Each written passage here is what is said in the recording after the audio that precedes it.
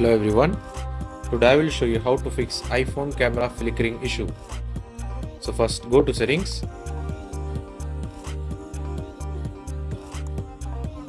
open camera, turn off live photos. Now try using the camera again, turn off smart HDR,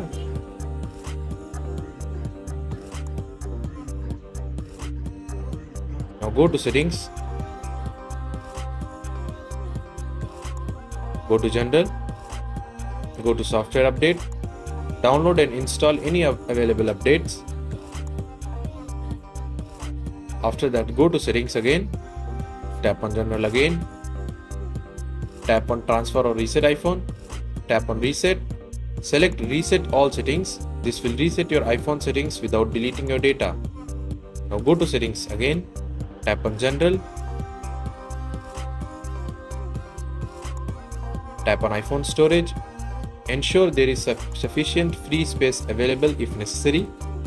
Delete large files or videos to free up space. That's it. Thanks for watching. See you in next tutorial.